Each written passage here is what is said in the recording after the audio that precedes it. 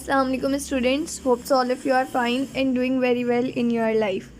अच्छा भाई बच्चों, आप लोगों की एक डिमांड आ रही थी related to comprehensive examination of practical centre. तो बेटा देखें, इसको पूरे पेपर को मैं पहले एक्सप्लेन कर चुकी हूँ, ठीक है, जिसके अंदर मैंने आपको बताया था कि सवाल क्या है, लाइक सवाल को रीड आउट किया था और आपको मल्टीपल चॉइस क्वेश्चंस जो हैं इनको सॉल्व करवाया था, ठीक है। तो MCQs के लिए आप लोगों को डिस्क्रिप्शन में लिंक प्रोवाइड कर दी जाएगी, आप वहाँ से वो देख लीजिएगा। अब जो है मैं आप लोगों को आज इसके सॉल्व करवा रही हूँ न्यूमेरिकल्स। उसकी भी बहुत एक डिमांड आ रही थी कि मैम न्यूमेरिकल में इशू हो रहा है, तो अब हम जो है वो न्यूमेरिकल्स को देख लेते हैं। देखिए, सेक्शन बी में क्वेश्चन 2 भी थ्योरेटिकल है, क्वेश्चन 3 भी थ्योरेटिकल है, क्वेश्चन 4 भी थ्योरेटिकल है।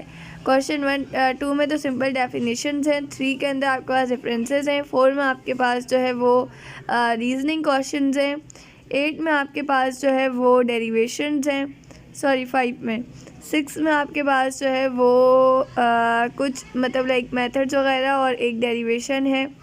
इसके अलावा 7 में भी आपके पास इसी तरह से है, 8 आपके पास डेफिनेशंस हैं, ठीक है। 9 आपके पास है न्यूमेरिकल, ठीक है। मैं चेक कर लेती हूँ, उससे पहले तो हमारा कोई भी न्यूमेरिकल नहीं आया है, ठीक है। तो हमारे पास सबसे पहले है 9 न्यूमेरिकल, सही है। अब हम इसको देख लेते हैं। 9 न्यूमेरिकल में हमें क्या कह रहे हैं, कहा जा रहा है what is the mass of solid iron व्रिंकिंग ball. एक बॉल है जो आयरन की है, ठीक है, और उसका मास आपसे पूछ रहा है। उसका आपको रेडियस बता दिया है 18 सेंटीमीटर और आपको उसकी डेंसिटी भी बता दी है, और आपसे कहा जा रहा है क्या बताए, मास। बेटा आपको 2 चीज़ें गिवन है, आपको एक और चीज़ बता दूँ साथ साथ। इस क्वेश्चन के ना 3 पार्ट्स हैं, ये देखें, एक ये और एक ये A है, ये B है और ये C है। तो हम इसके हर पार्ट को अच्छे से सॉल्व करेंगे ताकि कोई भी किसी भी किस्म का मसला ना हो, ठीक है ना। लुक एट, अच्छा इसको तो बहुत अच्छे से प्रिपेयर करके जाने हैं बेटा आप लोगों ने, क्योंकि ये जो मैं आप लोगों को सॉल्व करवा रही हूँ ना पेपर, इसका फ़ायदा क्या है। इसका फ़ायदा देखो ये है कि अब देखो, जब आप लोग इसको यहाँ से अपना प्रिपेयर कर लोगे, इस पूरे को अच्छे से समझ लोगे, तो बेटा उसके बाद ये होगा कि जब आप बोर्ड के पेपर में जाओगे ना, तो आपको इस तरह के क्वेश्चन सॉल्व करना आसान होंगे, जिसके अंदर आपको डेंसिटी गिवन हो या मास गिवन हो और रेडियस निकालना हो, या रेडियस गिवन हो, डेंसिटी गिवन हो, मास निकालना हो। इन तीनों में से कुछ भी निकालना हो, आप ये वाला सवाल आराम से कर सकते हैं। डेंसिटी आपके पास जो है वो क्या है, डेंसिटी आपके पास यहाँ पर गिवन है, density of iron ball. Iron ball की डेंसिटी आपके पास कितनी है, 7.8 ग्राम पर सेंटीमीटर क्यूब, ठीक है। एक सेकेंड रुकेगा, मैं इसको थोड़ा सा आपके लिए बोल्ड कर दूँ। अच्छा भाई, आपको बताइए आपको किस में गिवन है, आपको ग्राम्स में गिवन है। आप इसको किस में कन्वर्ट करेंगे, आप इसको कन्वर्ट करेंगे किलोग्राम में, ठीक है।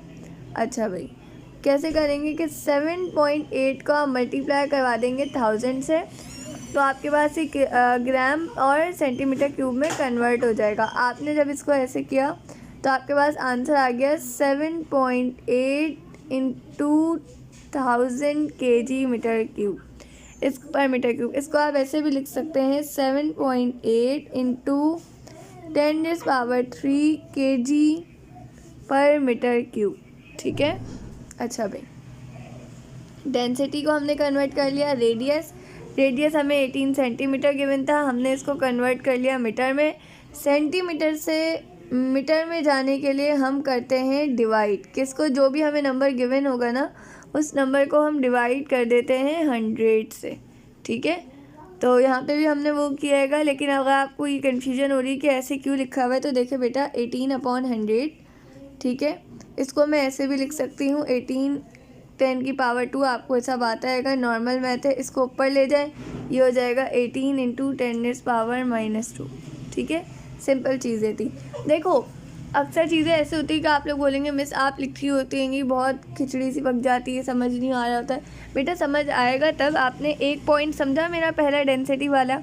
अब जब आप रेडियस वाला समझ रहे होंगे ना, तो आपने क्या करना है, आपने पहले एक पॉइंट को समझ के लिखना है, फिर दूसरे को, ठीक है। वॉल्यूम, अब वॉल्यूम आप इसका कैसे निकालेंगे, आपके पास है, अच्छा वॉल्यूम हम क्यों निकालें, क्योंकि हमारे पास डेंसिटी का फॉर्मूला होता है मास इंटू वेलोसिटी। ये तो हमारे पास है मोमेंटम, मोमेंटम का हमारे पास एक फार्मूला आ रहा होता है, डेंसिटी का एक फार्मूला मैंने अभी आपको बताएगा, मास इनटू वेलोसिटी। ठीक है, आपके पास फार्मूला होता है d = m/v, ये आपके पास फार्मूला होता है। ठीक है, v को उस तरफ ले जाएंगे तो आपके पास हो जाएगा d × v = m। ठीक है, ये यहाँ पे ना डायरेक्ट लिखा हुआ है तो मैं इसलिए आप लोगों को ड्राइव करवा रही थी। तो देखो फॉर्मूले में आपको वॉल्यूम गिवन नहीं है, लेकिन आपको वॉल्यूम के लिए रेडियस तो गिवन है ना। एक सोचने की बात है, जिस चीज़ का फॉर्मूला हमारे पास होता है मास अपॉन वेलोसिटी और मास अपॉन वॉल्यूम को हम उस तरफ ले जाते हैं तो ये हमारे पास हो जाता है d डेंसिटी इंटू वॉल्यूम = मास। तो हमारे पास वॉल्यूम गिवन नहीं है, हमें इन्होंने क्वेश्चन में रेडियस दिया हुआ है। तो इन्होंने हमें रेडियस क्यों दिया था? इन्होंने हमें रेडियस दिया ही इसलिए था कि हम वॉल्यूम का जो फार्मूला है ना हमारे पास, हम उसके अंदर पुट करके वॉल्यूम निकाल लें। वॉल्यूम का फार्मूला होता है v = 4/3 πr³। आपने 4/3 को डिवाइड किया, 1.33 इसका होगा। पाई की वैल्यू होती 3.14, आर की जगह पे लिखा 0.18 और इसके ऊपर 3 की पावर लगा दी। सबको सिंपल कैलकुलेटर से सॉल्व किया, आपके पास आंसर आ गया 0.024 मीटर क्यूब। ठीक है, अच्छा भाई, उसके बाद हमने फार्मूले में क्या किया, ये बेटा डेंसिटी आपकी मर्ज़ी है, आप डेंसिटी को ऐसे भी शो कर सकते हैं। ये जो साइन होता है ना, ये हमारे पास ग्रीक लेटर होता है, इसको हम रो भी कहते हैं। ठीक है, ये डेंसिटी का सिंबल होता है। आपने यहाँ पे डेंसिटी की वैल्यू पुट करी, वॉल्यूम के पुट करी और ये आपके पास इसका मास निकल के आ गया। अब आपने जब आप इसका निकाल लेंगे ना मास, तो उसके साथ उसका यूनिट लाजमी लिखना है। ठीक है, अदरवाइज़ आपका जो है वो क्वेश्चन जो है उसका आपको इतने सॉलिड मार्क्स नहीं मिलेंगे। ठीक है, और आपने ना इस वीडियो की कोई भी चीज़ स्किप नहीं करनी है, क्योंकि मैं आपको हर न्यूमेरिकल बहुत डिटेल में करवाने वाली हूँ ताकि आपको किसी भी किस्म का मसला ना हो। अब आप देखें आपको इस तरह के न्यूमेरिकल से क्या क्या सॉल्व करना आया। देखो, अगर आपको उन्होंने आपसे मास निकालने को कहा था, अगर वो आपको कहते कि भाई आप जो है वो हमें डेंसिटी बताएं, ठीक है, और वो आपको क्या दे देते, वो आपको इसका मास दे देते। फॉर एग्जांपल उन्होंने इसका मास आपको दे दिया 5 kg और वो आपसे कह रहे हैं कि भाई डेंसिटी बताएं, तो आपको पता है आपके पास फार्मूला होता है d = m/v। मास आपको गिवन है, वॉल्यूम आप अगेन इसी तरह से करके निकाल लेंगे जैसे हमने पहले निकाला था। तो आप ये देखिए कि हमें जो भी गिवन हो हम उसको आराम से सॉल्व कर सकते हैं। और अगर फॉर एग्जांपल ये आपसे डायरेक्ट इसका वॉल्यूम पूछ लेते, आपको ये डेंसिटी दे देते, मास दे देते और आपसे वॉल्यूम पूछ लेते, तब आप क्या करते, आप सिंपल ये करते कि आपके पास होता है d = m/v। आप v को ले जाते उस तरफ, ठीक है, तो ये आपके पास हो जाता है v × d = m।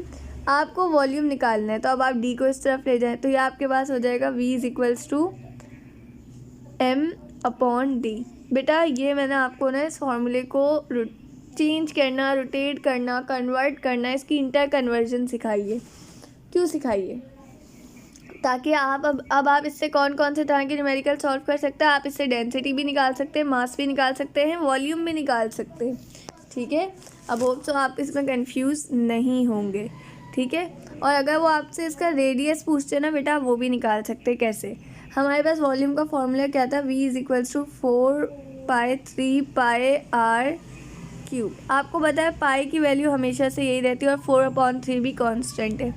अगर वो आपको कहते हैं ना कि भाई एक बॉल है, उसका मास जो है वो 5 kg है, मैं आपको एक सवाल बता रही हूँ उसका ना, एक बॉल है, उसका मास कितना, उसका मास 5 kg है। ठीक है, और उसका क्या कहते हैं, आपको वो कह दे, आपको इसका रेडियस बताना है और इसका जो क्या कहते हैं वॉल्यूम है ना, वो आपके पास है 10 सेंटीमीटर। ठीक है, 10 सेंटीमीटर क्यूब है, सही है। अब आप जो है वो इसका वॉल्यूम बताएं, आपको इसका वॉल्यूम और आपको इसकी डेंसिटी दे देते कुछ भी, कि भाई इसकी डेंसिटी जो है वो 8 kg/cm³ है। अब आप क्या करेंगे, आपको फार्मूला पता है, आपने लिखा v = 4/3 πr³। r³ को इसी तरफ रहने दें, बाकी सबको लेफ़्ट हैंड साइड की तरफ ले जाए। ठीक है, तो ये आपके पास कैसा हो जाएगा, आपके पास कुछ इस तरह से आ जाएगा। अभी ये ऐसे था ना, ठीक है, r³ को यहीं रहने दिया, ये आपके पास हो जाएगा v × 3 4 π is equals to are cube. जब आप इसको सॉल्व कर लेते हैं, आप दोनों तरफ जो है वो लेकर पावर इसको सॉल्व कर सकते थे, ठीक है। तो ये एक तरीका होता है। अब हम आगे देखते हैं अगला न्यूमेरिकल हमारे पास क्या है। अ बस is moving on a road with 15 metre per second. ये आपको क्या दे दिया, आपको उसकी वेलोसिटी दे दी है, ठीक है। ये आपको उसकी एक्सेलरेशन दे दी है और ये आपको इनिशियल वेलोसिटी दी है और आपसे कहा गया है फाइनल वेलोसिटी जो है वो आप मालूम करें और ये आपको टाइम दे दिया। बेटा ये तो मैंने आप लोगों को इस वीडियो में भी सॉल्व करवाया था, ठीक है। इसको हम दोबारा से देख लेते हैं, बहुत आसान है, ये बहुत आसान किस्म के न्यूमेरिकल्स हैं, ठीक है। इसको गौर से देखेंगे। देखो भाई आपके पास डाटा है, सही है। Initial speed v1 15 metre per second है, एक्सेलरेशन जो है वो 5 मीटर पर सेकेंड है, फाइनल वेलोसिटी मालूम करनी है, टाइम 6 सेकेंड है। According to first equation of motion vf is equals to vi plus at। इसमें इनके जो है आप वैल्यूज़ को पुट करें। आपने vi की जगह लिखा 15 प्लस एक्सेलरेशन की जगह 5, t की जगह 6, 5 को पहले 6 से मल्टीप्लाई कर दे, 30 दोनों को ऐड कर दे, आपके पास फाइनल वेलोसिटी निकल के आ गई। फाइनल वेलोसिटी के लिए भी आपके पास यूनिट क्या होता है, मीटर पर सेकेंड इनवर्स, ठीक है। बहुत आसान था, बहुत इजी था। होप सो आपको इसका ना मसला नहीं हुआ होगा। अभी हमने इस न्यूमेरिकल के क्वेश्चन नंबर 9 जो है इसका ए पार्ट सॉल्व किया और बी।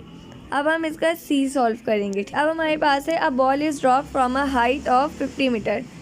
एक बॉल है जिसको 50 मीटर, ये बॉल है, ये हाइट है, ठीक है। इससे मैंने इसको फेंका है, ठीक है, और ये हाइट कितनी मेरे पास 50 मीटर की, सही है। What will be its velocity before touching the ground.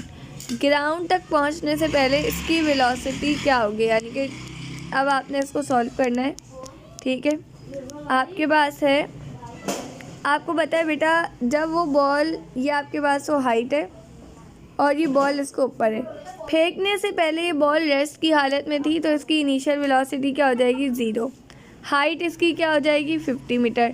Gravity आपको पता है इसके ऊपर लगेगी और जाहिर सी बात है ये गिर रही है, नीचे गिर रही है, तो ग्रेविटी हमारे पास पॉजिटिव होगी, उसको हम 10 ले लेंगे। हमारे पास फार्मूला होता है 2as is equals to vf square minus vi square.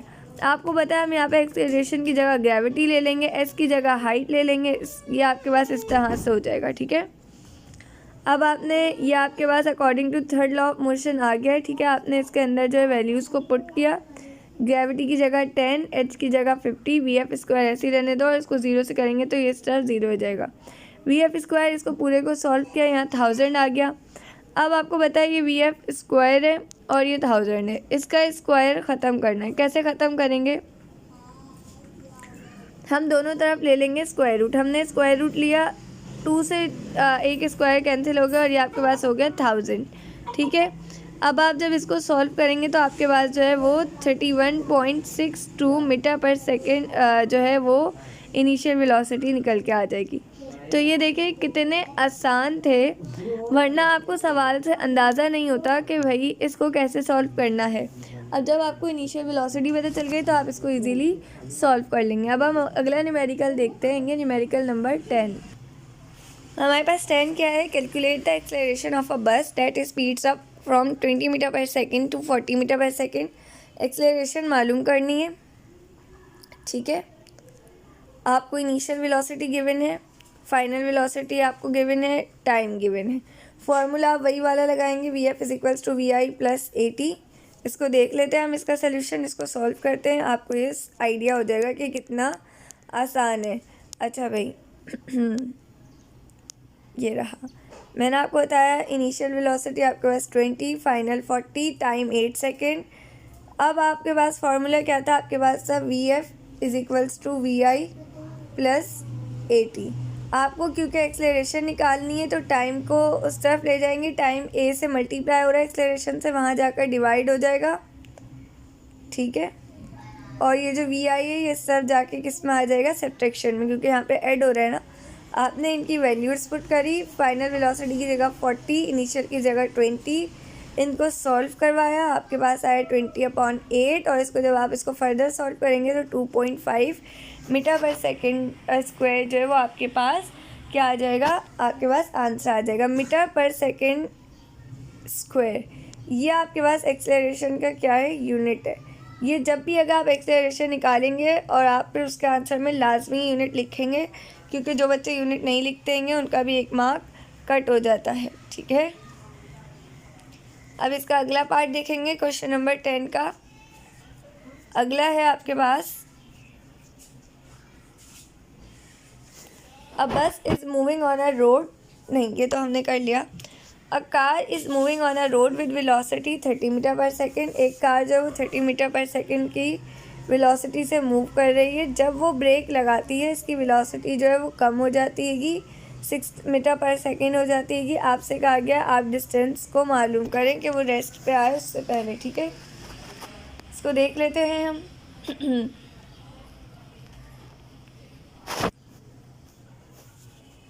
देखिए भैया, आपकी टेक्स्ट बुक का ही न्यूमेरिकल है, पेज नंबर 49 पे मौजूद है ये। ठीक है, देखिए एक्सलेरेशन आपको गिवन है -6 metre per second square. Initial velocity given है 30 metre per second inverse 30 metre per second. और देखें क्योंकि गाड़ी ने ब्रेक लगाया था तो फाइनल वेलोसिटी क्या हो जाएगी, 0। डिस्टेंस निकालना है तो आप वही वाला फार्मूला अप्लाई करेंगे, 2as is equals to VF square minus VI। S निकालना है तो 2a को उस तरफ ले जाएंगे। ठीक है, अच्छा भाई एक बात ना, एक आपको ट्रिक बता रही हूँ मैं, ये आप लोगों के लाइफ टाइम काम आएगी। वो ट्रिक ये है बेटा, जब भी गाड़ी ब्रेक लगाती है ना, जब भी आपको कोई भी ऐसा न्यूमेरिकल या MCQs दिया जाए और उसमें आपसे कहा जाए कि कार ने ब्रेक लगाया है और अब आप बताएं आपके पास डिस्टेंस क्या हो गया है, तो आप उसके अंदर हमेशा ये वाला फार्मूला यूज़ करेंगे। आंख बंद करके आपने ये वाला फार्मूला यूज़ करना है। क्यों करना है ये वाला यूज़, सवाल आता है कि ये वाला क्वेश्चन ये जो है वो क्यों सॉल्व करना है बेटा, इसलिए करना है क्योंकि फाइनल वेलोसिटी तो 0 हो जाएगी ना, फ़ायदा फिर लिखने का। ठीक है, तो एस इज इक्वल्स टू आपको पता है 0 से तो पूरा 0 हो जाएगा। और ये 30 का स्क्वायर 900, 2 6 12, माइनस से माइनस कट हो जाएगा। ठीक है, ये दोनों माइनस से कट हो जाएगा। इसको सॉल्व करेंगे 75 मीटर आपके पास आंसर आ जाएगा। ठीक है, ये ओवरटेकिंग वाले जो आपके पास न्यूमेरिकल दारे होते हैं ना, उसके अंदर भी यही वाला फार्मूला यूज़ हो रहा होता है। ठीक है, ये बेटा ये बहुत बेसिक है, इसको अच्छे से कर लो। आगे अगर आप लोगों ने MD कैट या ECAT का टेस्ट देना है ना, तो उसमें ये बहुत काम आएगा। ठीक है, अगला न्यूमेरिकल देखते हैं।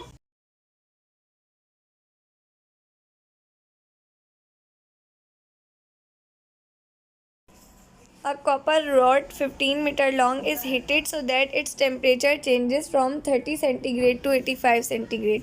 एक कॉपर की रॉड है, ठीक है, जो 50 मीटर लॉन्ग है, उसको हीट किया जा रहा है ताकि उसका टेम्परेचर जो है वो 30 सेंटीग्रेड से क्या हो जाए, 85 सेंटीग्रेड। और आपसे कहा गया है आप मालूम करें कि जब आप उसको हीट कर रहे हैं, आपको पता है जब भी हम रॉड को हीट करते हैं तो हमारे पास एक फिनोमेना आता है लीनियर थर्मल एक्सपेंशन का। ठीक है, थर्मल एक्सपेंशन का हमारे पास फिनोमेना आता है। ठीक है, अच्छा भाई अब आपको कोफिशिएंट गिवन हैगा लीनियर एक्सपेंशन का कॉपर का, ये आपको हमेशा गिवन होता है। ठीक है, ये कभी भी आपको खुद से नहीं निकालना होता, ये आपको गिवन होता है, ना ही आपको ये याद करने की ज़रूरत है। सवाल है हमारे पास, ये बुक का पेज नंबर 212 पे आपको मिल जाएगा। एग्जाम्पल है आपके बुक की, लेंथ आपके पास है 15 मीटर, टाइम है 30 सेंटीग्रेड, दूसरा T2 आपके पास 85 सेंटीग्रेड है। अगर आपने टेम्परेचर में चेंज को निकालना है ना, तो आप T2 में से माइनस कर दे T1 को। ये जो इस तरह का T होता है ना, ये T2 को ही शो करता है इनिशियल फाइनल टेम्परेचर को, और ये आपके पास जो है ये आपके पास शो कर रहा होता है इनिशियल टेम्परेचर को। ठीक है, सब्सट्रैक्ट कर देंगे, आपके पास आ जाएगा 55 सेंटीग्रेड। एल आपको कोफिशिएंट गिवन है, आपके पास फार्मूला होता है delta L is equal to alpha L delta T। आपने अल्फ़ा की जगह लिखा 17 इंटू 10⁻⁻6, L की जगह 15, और टेम्परेचर जो भी आपने निकाला था आपने इसको पूरे को सॉल्व किया, आपके पास आंसर आ गया 0.014 मीटर। ठीक है, इट इज़ क्वाइट ईजी, बहुत आसान था। अब हम इसके बाद अगला देखते हैं। अभी हमने सिर्फ 2 न्यूमेरिकल्स के 3 पार्ट सॉल्व किएंगे, 3 पार्ट, यानी कि आप टोटल 6 न्यूमेरिकल ऐसे सॉल्व कर चुके हैं, और बहुत अच्छे से मैंने आपको इसको डेप्थ में करवा दिया है। और MCQs के लिए मैंने आपको यही कहेगा कि MCQs के लिए डिस्क्रिप्शन में वीडियो मौजूद है, उसको देखें। कोई मसला हो, किसी न्यूमेरिकल में कन्फ्यूजन हो तो पूछ लें, ठीक है। अच्छा भाई, नेक्स्ट न्यूमेरिकल है हमारे पास, find the momentum of a body of mass 6 and a velocity 25 metre per second. आपको पता है मोमेंटम का फॉर्मूला होता है मास इंटू वेलोसिटी, ठीक है। मास आपको 6 गिवन है, वेलोसिटी 25 गिवन है, इन दोनों को आपस में मल्टीप्लाई करेंगे, आपके पास मोमेंटम आ जाएगा।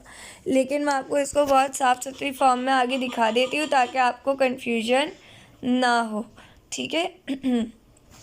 ये देखें, मोमेंटम है आपके पास, मोमेंटम आपको मालूम करना है। मास गिवन है, वेलोसिटी गिवन है।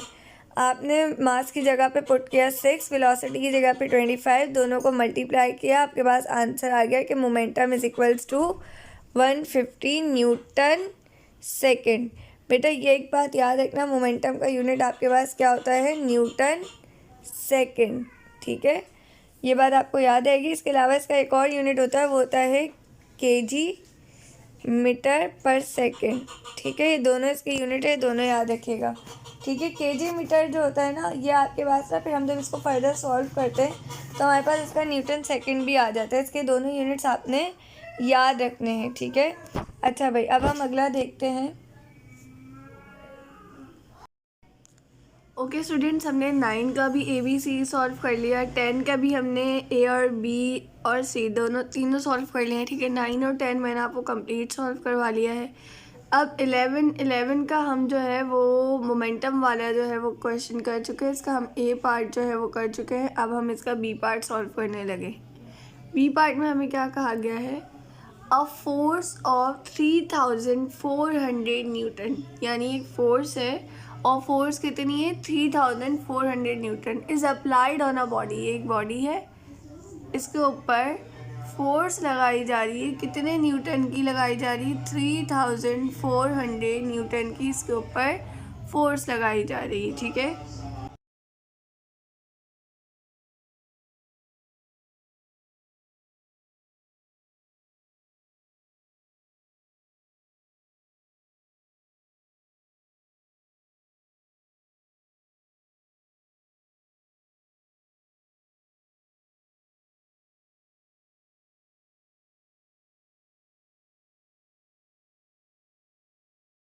अच्छा भाई देखिए, मैं आपको बता रही थी कि 3400 न्यूटन की इस पर फोर्स लगाई जा रही है on a body of mass 850 kg। और मास कितना है, मास है आपके पास 850 kg, यानी ये जो बॉडी है इसका वेट कितना है, इसका वेट है 850 kg। और आपसे कहा जा रहा है find the acceleration produce by the force. बेटा आपको पता है इसके लिए हमारे पास एक फार्मूला होता है F is equals to ma, ठीक है। इसके थ्रू हम इसको सॉल्व करेंगे।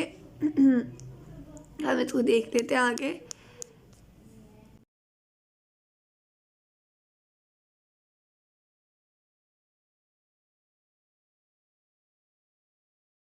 देखिए बहुत इजी है, हमारे पास फार्मूला है F is equals to ma। हम सिंपली बस इतना करेंगे कि A को इसी तरफ रहने देंगे, ठीक है, और M को दूसरी तरफ ले जाएंगे, इज इक्वल्स टू के दूसरी तरफ ले जाएंगे, तो ये हमारे पास इस तरह की फॉर्म में आ जाएगा कि A is equals to F upon M। F की जगह पे आप पुट करेंगे 3400 न्यूटन, ठीक है, और जो आपके पास क्या कहते हैं मास है उसकी जगह पे आप लिखेंगे 850 kg, ठीक है। अच्छा भाई, उसके बाद आप इसको डिवाइड कर लेंगे, आपके पास आंसर आ जाएगा 4 मीटर पर सेकेंड, ठीक है। अच्छा भाई, उसके बाद नेक्स्ट है हमारे पास इसी 11 का, अब हम देख लेते हैं हमारे पास कौन सा पार्ट है, क्योंकि आज हम लोग इसके तमाम जो भी न्यूमेरिकल है सब अच्छे से समझ के करेंगे। कोई भी जहाँ भी मसला होगा फिर उसको देख लेंगे। हमारे पास 11 का C पार्ट है, calculate the efficiency of a machine which consume 2000 joules energy and performs 50 joules of work. आपको एफिशिएंसी मालूम करनी है, ठीक है, और आपको क्या दिया हुआ है, इन्होंने आपको दी हुई है क्या कहते हैं, जो एनर्जी कंज्यूम कर रही है, इन्होंने क्या कहा है, जो एनर्जी कंज्यूम हो रही है, ठीक है, और वर्क कर रहा है, वो वर्क की आपको इन्होंने वैल्यू प्रोवाइड की हुई है, ठीक है। अब हम देख लेते हैं कि हमारे पास एफिशिएंसी को निकालने का इसका क्या फार्मूला है, हम इसको किस तरह से सॉल्व करेंगे। ये फार्मूलाज अपने पास लिखते जाइएगा, ये बहुत इंपॉर्टेंट है, ठीक है। अच्छा भाई, आपको कहा गया है एक एनर्जी, मैंने आपको बताया था सिस्टम कंज्यूम कर रहा था, जो कि हमारे पास सिस्टम कंज्यूम कर रहा था मींस सिस्टम ले रहा था।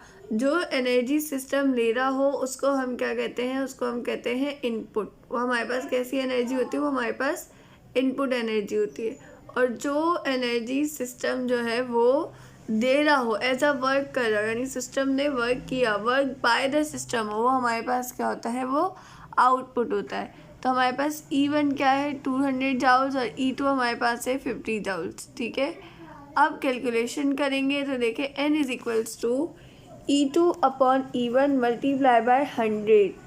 E2 आपके पास क्या है 50, E1 आपके पास है 200। आपने इसको पुट किया, आपको पता है 100 1 ज़ा 100, 100 2 ज़ा 200, 2 1 ज़ा 2 और 2 2 ज़ा 4, 1 यहाँ, 2 5 ज़ा 10। आपके पास आंसर क्या आ गया 25%। बेटा ये छोटी छोटी सी कैलकुलेशंस जो होती है ना, जो बिना कैलकुलेटर वाली होती है, इनको कोशिश किया करें खुद से ट्राई करने की। उसका बेनिफिट आपको जब हासिल होगा ना, तब आप लोगों को अंदाज़ा होगा कि yes it is most important. ये आपके पास बहुत इम्पॉर्टेंट होती है, आपको ये आनी चाहिए, ठीक है। तो इसको अब गौर से अच्छे से समझें, इसको करें। कहीं पर भी कोई भी अगर इसमें आपको स्टिल मसला आता है तो आप जो है वो मुझसे इनबॉक्स में, आप मुझसे कमेंट बॉक्स में पूछ सकते हैं। और अगर आपको वहाँ पर भी कोई चीज़ सही से नहीं आंसर होती तो आप जो है वो मिस हुसैनी को व्हाट्सएप पे मैसेज कर अपनी जो है वो कन्फ्यूजन पूछ सकते हैं, ठीक है। अब हम अगला देखेंगे। हमने 10 भी कर लिया, 9 10 11 की तीनों के ABC पार्ट कर लिए, यानी कि टोटल हम लोग जो है वो 9 न्यूमेरिकल्स कर चुके हैं। अब हम जो न्यूमेरिकल देखेंगे वो हमारे पास है न्यूमेरिकल नंबर 12, ठीक है। A car is running on a circular part of highway about 1000 metre radius. एक कार है जो हाईवे पर सर्कुलर पाथ में मूव कर रही है, ठीक है। और आपको उसका रेडियस दिया गया है। रेडियस आपके पास कितना है, देखिए रेडियस आपके पास है 1000 मीटर रेडियस है। The mass of car is 600 kg। और कार का मास कितना है, कार का मास है 600 kg, ठीक है। And its velocity is 72 kilometre per hour. और उसकी वेलोसिटी क्या है 72 किलोमीटर पर आवर, यानी कि आपको वेलोसिटी गिवन है, आपको गिवन है इसकी कार का मास गिवन है, रेडियस गिवन है, और आपसे कहा गया सेंटीमीटर फोर्स और एक्सेलरेशन मालूम करें। क्योंकि एक में आपके पास फार्मूला होता है mv²/r, ये आपके पास इसका फार्मूला होता है। आपको इसके अंदर नीड पड़ती इन तमाम चीज़ों की, तो इन्होंने आपको तमाम चीज़ें जो हैं वो प्रोवाइड की हुई हैं, ठीक है। इस न्यूमेरिकल में भी दो चीज़ें पूछी गई थी, फोर्स और एक्सलरेशन। तो देखिए आपको रेडियस गिवन है सर्कुलर पाथ में जो कि 1000 मीटर है, ठीक है। मास गिवन है 600, वेलोसिटी ऑफ द कार जो है वो 72 किलोमीटर पर आवर। इसको कन्वर्ट कर लें मीटर पर सेकंड में, कैसे करेंगे 72 को मल्टीप्लाई करें 1000 से क्योंकि किलोमीटर में है, और डिवाइड कर दें 3600 से, ताकि ये जो है वो किससे कन्वर्ट हो जाए, ये आ जाए आपके पास क्या कहते हैं सेकंड में आ जाए, ठीक है। जब आप इसको डिवाइड करेंगे तो आपके पास इसका आंसर आ जाएगा, ठीक है। अच्छा भैया अब हम आगे देख लेते हैं। हमें सेंटीमीटर फोर्स और सेंटीमीटर एक्सेलरेशन निकालनी है। सेंटीमीटर फोर्स का फॉर्मूला मैंने अभी आपको बताया था, हमारे पास क्या होता है Fc = mv²/r। मास की जगह पे आप 600 पुट करेंगे, ठीक है। वेलोसिटी की जगह पर 20 पुट करेंगे और आप इस पर क्या लगा देंगे, आप इस पर लगा देंगे स्क्वायर, ठीक है।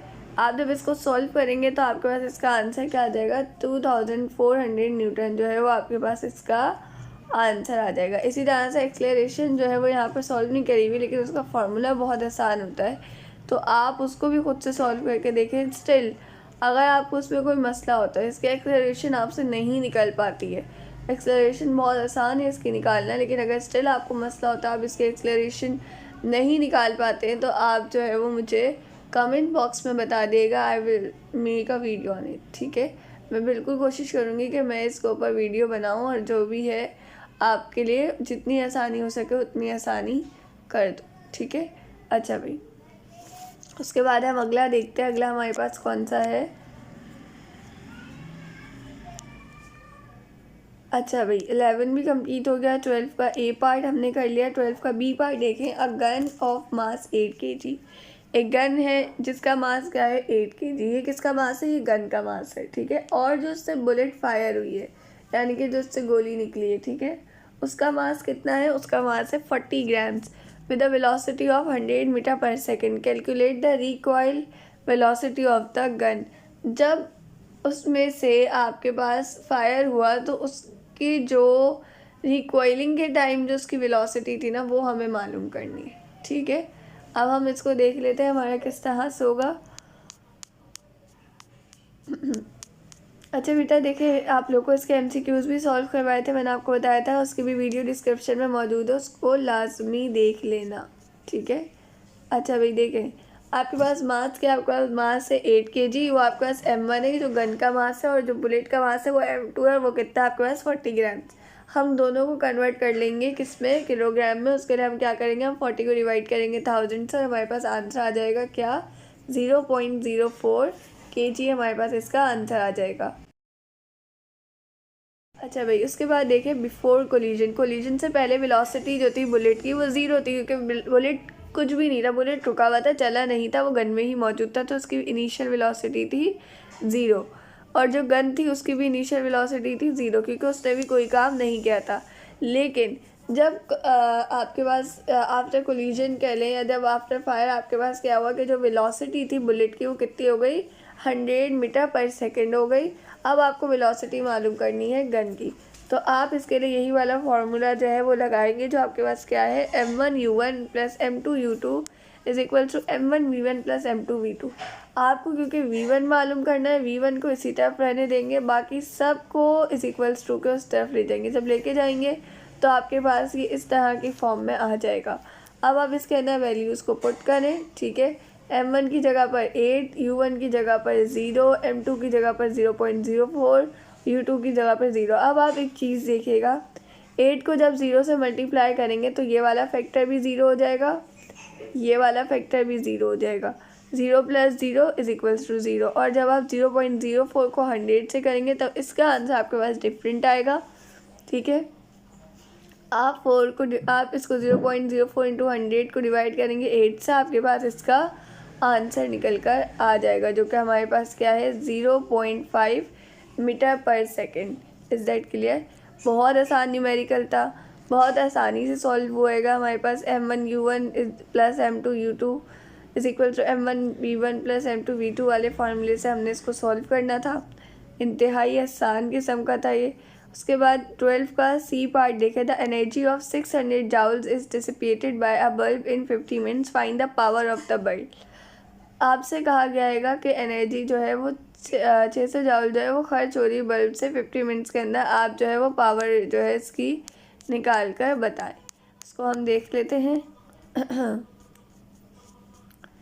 वैसे तो मैंने सोचा था आप लोग को डायरेक्ट करवा दूँ, लेकिन जाहिर सी बात है फ़ोन पे लिखने से आप लोग को बहुत मसला होता है, इसलिए आपके लिए इसको सॉल्व किया गया है, ठीक है। अच्छा, ये वाला मुझे अभी दिख नहीं रहा, मे बी पेजेस आगे पीछे हो गए हों, या ये वाला इसमें पुटअप नहीं हुआ हो, तो फिर मैं इसको देखकर आपको जो है वो एक्सप्लेन कर दूँगी, ठीक है।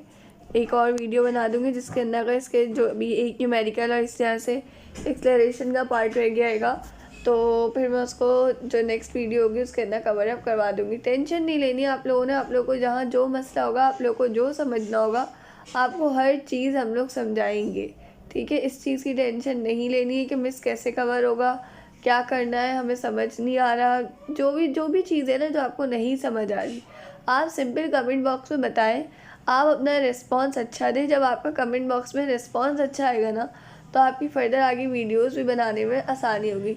वरना तो फिर मेरे जहन में यही बात आएगी कि भाई जाहिर सी बात है बच्चों को समझ नहीं आ रहा है, जब समझ नहीं आ रहा तो फिर मैं उन्हें क्या पढ़ाऊँ, ठीक है। तो इससे बेटर है अपना रिस्पॉन्स दें।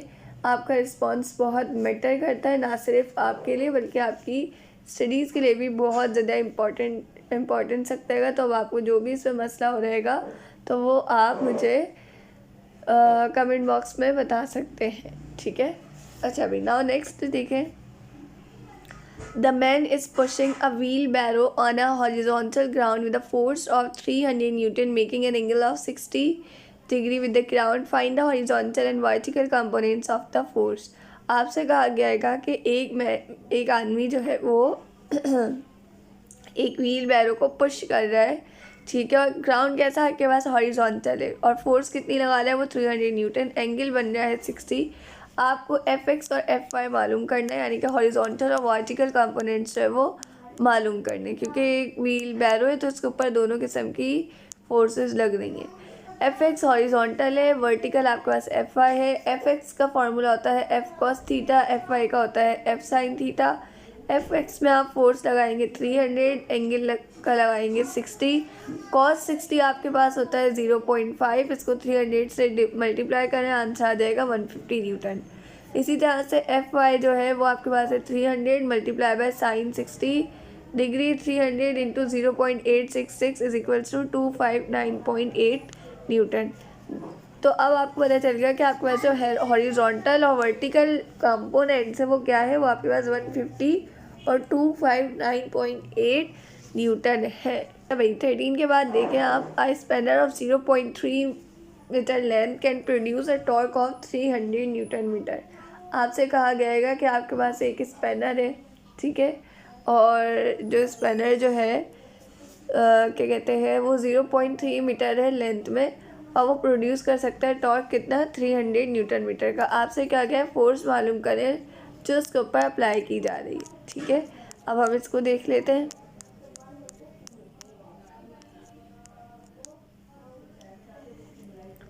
लेंथ ऑफ स्पैनर जो है, या फिर हम इसको मोमेंट हम भी कह सकते हैं, आपके पास क्या है 0.3।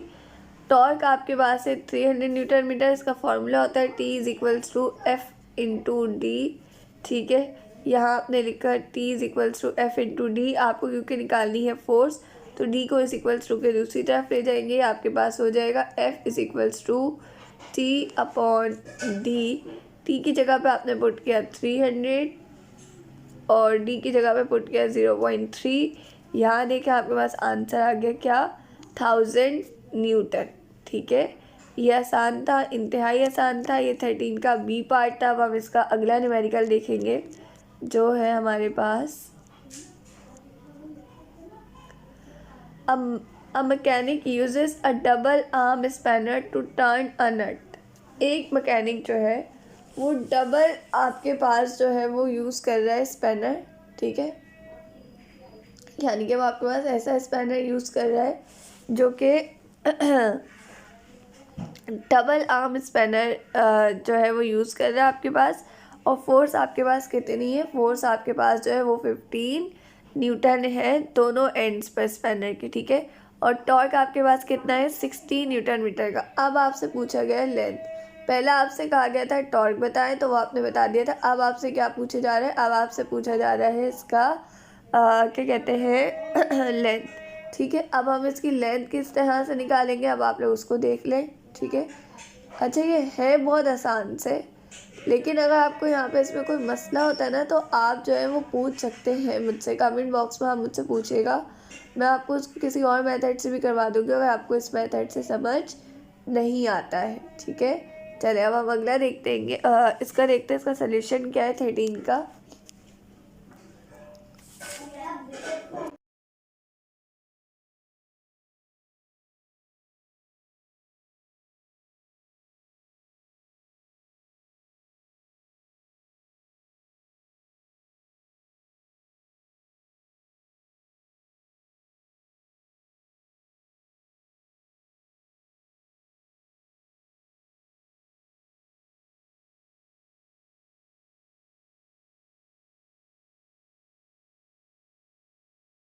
ओके स्टूडेंट्स, देखिए आपको फोर्स गिवन है, आपको जो है इसके अंदर क्या मालूम करनी है, आपको इसके अंदर मालूम करना है लेंथ, ठीक है, और आपको टॉर्क भी गिवन है।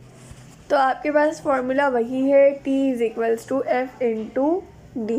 बस हम लोग चेंजिंग क्या करेंगे, हमें जो चीज़ चाहिए ना हम इसको उस इक्वल्स टू के उस तरफ ले जाएंगे।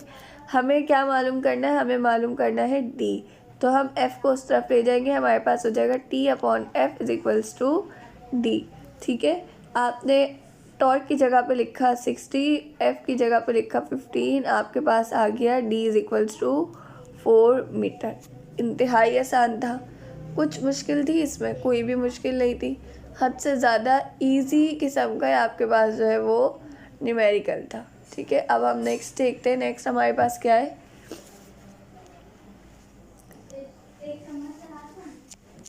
14। अब हमारे पास न्यूमेरिकल है। ठीक है, इसके मैं आपको बता भी देती हूँ टोटल कितने हम कर चुके हैं और अब हमारे कितने रिमेनिंग हैं। अच्छा भी बच्चों देखें, हम लोगों ने इसका 9 जो है न्यूमेरिकल उसका ABC पार्ट किया, हमने 10 का ABC पार्ट किया, हमने 11 का ABC पार्ट किया, हमने 12 का ABC पार्ट किया, यानी कि हम लोगों ने टोटल कितना MCQs न्यूमेरिकल और 13 का भी हमने ABC पार्ट किया। यानी कि हम जो है इसके अंदर वो टोटल 3, 6, 9, 12, 15 न्यूमेरिकल जो है वो सॉल्व कर चुके हैं। अब आप देखें, अब आपको वीडियो से 15 न्यूमेरिकल सॉल्व करना आ गया। आप इन्हीं न्यूमेरिकल को बहुत अच्छे से प्रैक्टिस करके जाएंगे ना बेटा, तो आप जब वहाँ पर बोर्ड में सॉल्व कर रहे होंगे ना, आपको इंतहाई इजी तरीके से सारी चीज़ें आ रही होंगी। ठीक है, तो इसको देखें, हम आगे जब तक देखते हैं। और अच्छा भाई, अब हमारे पास है 14 का है A। 14 में आपसे क्या कहा जा रहा है, 14 में आपसे कहा जा रहा है कि भाई कैलकुलेट द स्प्रिंग कांस्टेंट। आपको क्या मालूम करना है, आपको मालूम करना है स्प्रिंग कांस्टेंट जो कि K होता है, और आपको यहाँ पर डिस्टेंस के बिना है।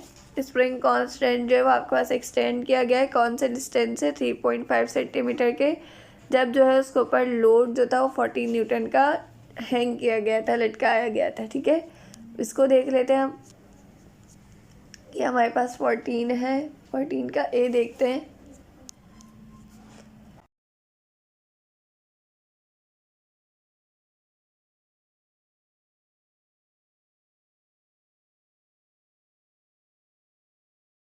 स्प्रिंग कांस्टेंट आपको दिया हुआ है K। Extension in the length of spring, extension जो है वो आपके पास 3.5 सेंटीमीटर की आई। ठीक है, अब जब आपको इसको मीटर में कन्वर्ट करना है तो आप सिंपली इसको क्या करेंगे, 100 से डिवाइड कर देंगे। ठीक है, जब आप इसको डिवाइड करेंगे आपके पास इसका मीटर में आंसर आ जाएगा।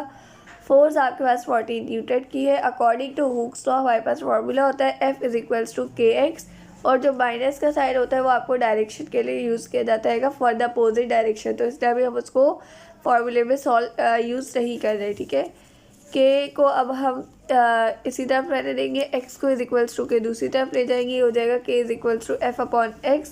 F की जगह लिखा 14/0.035 400। ठीक है, तो आपके पास जो इसका स्प्रिंग कांस्टेंट आ गया वो क्या आ गया, 400 जो है वो आपके पास इसका आंसर आ गया। ठीक है, अब हम अगला न्यूमेरिकल देखते हैं। बहुत आसान है ये, एक छोटे छोटे से फार्मूलाज लग रहे हैं और ये सॉल्व हो रहे हैं, बहुत ईजी है।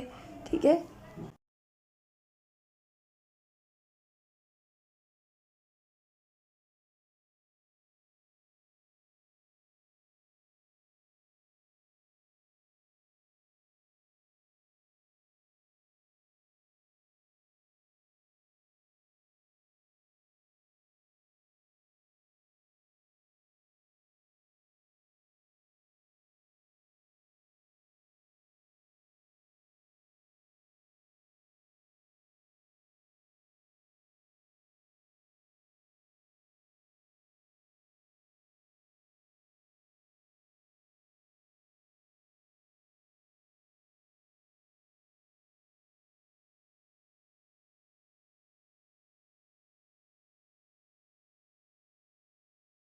अच्छा भाई, अब हमारे पास 14 का B पार्ट है। Determine the gravitational force of action between two spherical bodies of masses 500 and 800 kg। The distance between their distances is 2 metre. और G जो है वो आपके पास आपको पता होता है, ये आपके पास जर्नल आपके पास वैल्यू होती है 6.67 इंटू 10⁻⁻11। ग्रेविटेशनल फोर्स आपको मालूम करनी है दो स्फेरिकल बॉडीज़ के दरमियान, 500 और 800 kg वाली। ठीक है, और डिस्टेंस जो इनके सेंटर का वो 2 मीटर है। ठीक है, इसको देख लेते हैं।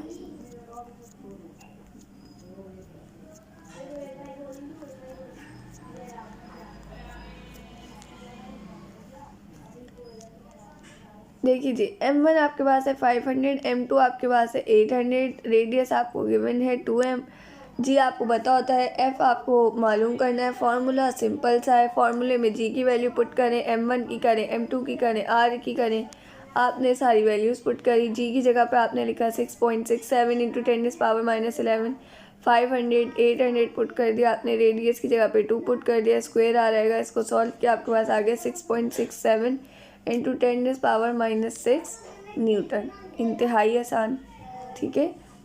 बस एक फार्मूला अगर आपको पता हो और आपको ये पता हो कि सवाल में कहा क्या जा रहा है, तो आप जो है वो उसको इजीली सॉल्व कर सकते हैं।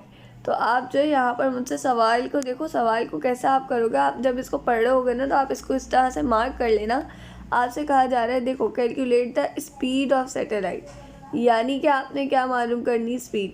फॉर इंस्टेंस हम इसको v से रिप्रेजेंट करके लिख देते क्वेश्चन मार्क, ठीक है। विच orbits the earth at an altitude of 400 kilometres, जो कि ज़मीन से कितने उस पर फासले पर 400 किलोमीटर के फासले पर है, ठीक है। तो आपका डिस्टेंस आ गया 400 किलोमीटर, ठीक है। जी आपके पास जनरल वैल्यू भी गिवन है, आर ई भी गिवन है, एम ई भी गिवन है, यानी कि आपको टोटल 5 चीज़ें गिवन है। आपने डेटा में सारी चीज़ें लिख लेनी है, ठीक है। और फिर जो है अब हम इसको सॉल्व करेंगे इसके फार्मूला के थ्रू। अब आप देखिएगा इसको कैसे आसानी से सॉल्व कर लेंगे हम। अब हमें सारी चीज़ें पता चल गई ना, हमें पता चल गया हमें इसमें क्या निकालना है। और देखिए हमारे पास है speed of satellite v, altitude मैंने आपको बताया 400 किलोमीटर है, मीटर में कन्वर्ट कर लेंगे 1000 से मल्टीप्लाई करके। यूनिवर्सल ग्रेविटेशनल कांस्टेंट की वैल्यू आपको पता है, मास ऑफ अर्थ भी आपको पता है, अंडरस्टूड है, रेडियस ऑफ अर्थ। ये तीनों वैल्यूज़ ना आपने याद भी रखनी है बेटा। क्यों याद रखनी है? क्योंकि ये आपसे ना MCQs में पूछी जा सकती हैं। ये MCQs के हिसाब से बहुत इंपॉर्टेंट है, 3 याद कर लें, आपके 3 MCQs तो इसी से हो जाएंगे। v is equals to in the square root g into M E upon R E plus H. इनकी आपने तमाम की वैल्यूज़ उसके अंदर पुट कर दी। पुट करने के बाद आपने इसको डिवाइड करना, आपके पास आंसर आ जाएगा 7.67 इंटू 10⁻³ मीटर पर सेकेंड। बस आसान। Is there any difficulty in it? कोई मसला, कोई कन्फ्यूजन? कितना आसान था। नेक्स्ट देख लेते हैं हम। नेक्स्ट हमारे पास क्या है 15। Air at atmospheric pressure of 760 millimetre of mercury is trapped inside a container available with a movable piston. The piston is pulled out slowly so that the volume increase from 100 dm cube to 150 dm cube. The temperature remain constant. What will be the pressure of the air? आपसे कहा गया है air जो है वो atmospheric pressure जो है उसका वो कितना है 760 mm ऑफ HD। ये तो आपको पता है, तो बहुत आसान सी बात इन्होंने की है, ठीक है। इसको टैप किया जा रहेगा कंटेनर के अंदर, ठीक है, और उसके ऊपर मूवेबल पिस्टन मौजूद है। पिस्टन जो है उसको स्लोली जो है वो बाहर की तरफ निकाला जाता है so that the volume increase, ताकि वॉल्यूम जो है वो आपके पास 100 dm³ से बढ़ के कितना हो जाए 150 dm³। अगर मैं आपसे पूछूं कि टोटल वॉल्यूम बढ़ा कितना है, तो आपको पता है 50 dm³ जो है वो वॉल्यूम आपके पास टोटल बड़ा है। The temperature remain constant, temperature constant, और आपसे कहा गया है कि प्रेशर जो है उसको मालूम करें, ठीक है। अच्छा भाई, मेरा गला थोड़ा सा ख़राब है तो एडजस्ट कर लिएगा आप लोग। अब हम जो है वो नेक्स्ट इसका सल्यूशन देख लेते हैं। अब देखिए आपके पास इसके अंदर P1 क्या है 760, P2 आपको मालूम करना है, वॉल्यूम 1 100 है, वॉल्यूम 2 150 है। बॉयल्स लॉ के अकॉर्डिंग आपके पास फार्मूला क्या होता है, P1 V1 is equal to P2 V2। अब भाई P2 तो आप इसी तरफ रहने दें, V2 को उस तरफ ले जाए, आपके पास हो जाएगा P1 V1 upon V2। P1 की जगह पे 760, V1 की जगह पे 100 और V2 की जगह पे 150। जब आप इसको कैलकुलेटर में डाल के पुट करके सॉल्व करेंगे, आपके पास आंसर आ जाएगा 506.67 mm ऑफ HG। हमने प्रेशर को mm ऑफ HG में इसीलिए रहने दिया था क्योंकि हमें आंसर भी इसी में हमारा आ गया, तो कोई इसका मसला नहीं है, ठीक है। अगर उन्होंने आपको आंसर किसी और यूनिट में चाहिए होगा ना, तो वो आपको बताएंगे सवाल में, फिर हम उसको कन्वर्ट करेंगे। पहले से अपनी मर्ज़ी से कन्वर्ट मत कर लेना, वरना फिर एक तो आप लेंथी कर देंगे और दूसरा ऐसा ना हो कि टाइम की मैनेजमेंट फिर ख़राब हो जाए आप लोगों की, ठीक है। अच्छा भाई, जो 15 है ना, इसके 4 पार्ट है बेटा, A B C D, ठीक है। एक सेकेंड रुके। 15 का बी देखें आप, ball of mass 400 gram strikes the wall of velocity 4 metre per second, how much is the kinetic energy of the ball at the time it strikes the wall. एक ball थी जिसके मास 400 grams था, ठीक है, और उसकी वेलोसिटी आपको given है, उसको बॉल को दीवार पर फेंका जाता है, कितनी काइनेटिक एनर्जी से वो वॉल के साथ स्ट्राइक करती है, टकराती है, ये आपने बताना है, ठीक है। अब हम इसका सोल्यूशन देख लेते हैं। 15 का ये हमारे पास बी पार्ट है, इसका सोल्यूशन देख लेंगे अब हम।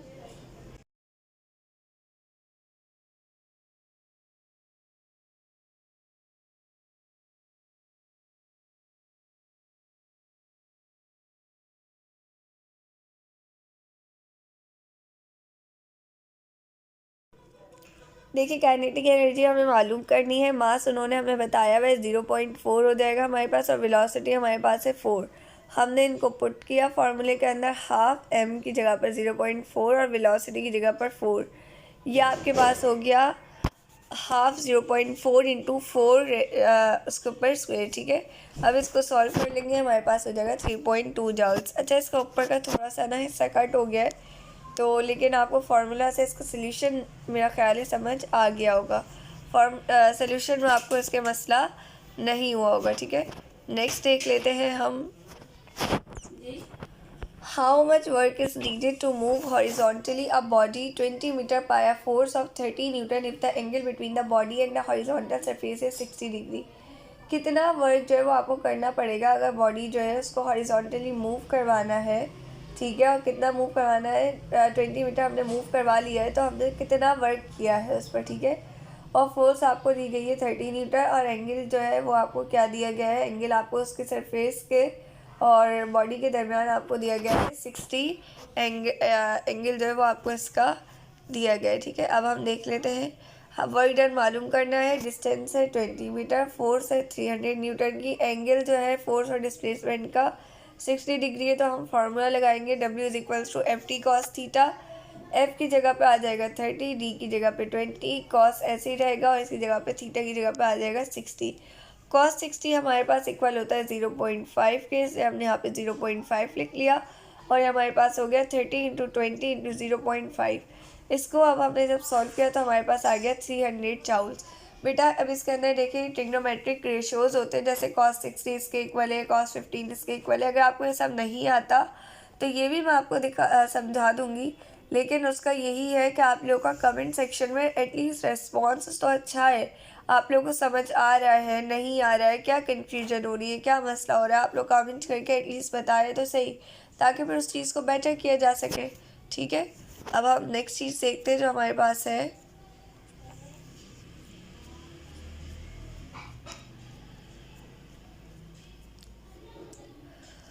how much heat is required to boil 3 kg water which is initially at 10 centigrade. कितनी हीट आपको चाहिए होगी अगर आपको वाटर को बॉईल करना है 3 kg वाटर को, और उसका इनिशियली टेम्परेचर जो है वो आपके पास 10 सेंटीग्रेड है। स्पेसिफिक हीट जो है वो आपको पता है 4200 जूल्स पर केजी आपके पास होती है, ठीक है। आपको जो है वो हीट एनर्जी कितनी रिक्वायर है वो मालूम करनी है। मास गिवन है, इनिशियल टेम्परेचर दिया हुआ है 10 सेंटीग्रेड, फाइनल टेम्परेचर हो जाएगा 10 सेंटीग्रेड। हमने 100 सेंटीग्रेड, हमने ये टेम्परेचर क्यों लिया, सवाल उठता है हमने T2 क्यों लिया। हमने इसलिए लिया बेटा क्योंकि ये वाटर का बॉइलिंग पॉइंट होता है। उन्होंने आपको सवाल में बात बोली ना कि वाटर बॉयल होना शुरू हो गया, आप खुद ही समझ जाए टेम्परेचर आपके पास जो है वो 100 सेंटीग्रेड हो गया। राइज इन टेम्परेचर क्या आया, आप 100 को माइनस करें 0 से, आपके पास आ जाएगा 100 सेंटीग्रेड, ठीक है। अच्छा भाई, स्पेसिफिक हीट कैपेसिटी आपके पास है 4200 जूल्स पर केजी केल्विन। अच्छा भाई, हमारे पास फार्मूला होता है delta Q is equal to C M delta T. Specific heat की जगह पे लिखा 4200 मास 3 डेल्टा टी 100, इन सबको मल्टीप्लाई कर लें, आपके पास आ जाएगा इसका आंसर। अच्छा, अब आप क्या करें, ये आपके पास एक बहुत बड़ी वैल्यू आ रही है, ठीक है। आपको बताएगा जिसके कहीं इसके अगर आगे या पीछे या दरमियान में कहीं पे भी पॉइंट नहीं है तो इसके लास्ट पे पॉइंट होता है, ठीक है, पॉइंट है।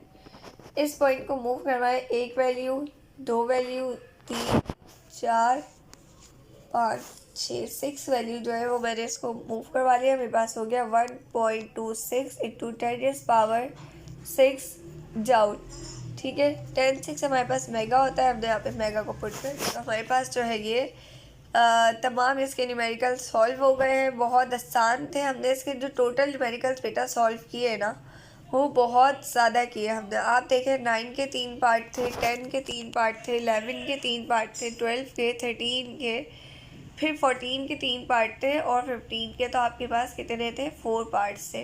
तो टोटल आपने 22 न्यूमेरिकल्स जो है वो सॉल्व कर लिए हैं। और आप ये 22 कर ले, अच्छे से समझ ले। आई एम डैम श्योर कि बोर्ड में भी आप 100% सही करके आएंगे, ठीक है। और MCQs जो है वो मैं इसके एक्सप्लेन कर चुकी हूँ, उसकी वीडियो भी लास्ट वीक देखे। बेटा इतना टाइम नहीं लगता इन सब चीज़ों को समझने में, इन्हें देखा करें, इन्हें समझा करें और अपने पास अपनी हैंड राइटिंग के अंदर ही ये सारे सवाल, न्यूमेरिकल का सल्यूशन, ये सारी चीज़ें निकाल कर देखा करें, लिखा करें। एक वीडियो को अगर आप 2 से 3 दफ़ा भी वॉच कर ले तो कोई मसला नहीं होता है, उससे आपका रिवीजन हो जाता है, ठीक है। यूट्यूब पर सबसे बड़ा बेनिफिट है रिवीजन का। तो आप इस चीज़ को अपना देखें, करें, इसको करें। अगर कोई मसला आता है तो मुझे कमेंट सेक्शन में बताएं, अपना रिव्यू भी लाजमी दें ताकि जो है आपकी अगली वीडियो जो है वो बनाई जा सके, ठीक है। अपना ख्याल रखिएगा, मुझे दुआ में याद रखिएगा। अल्लाह हाफिज़।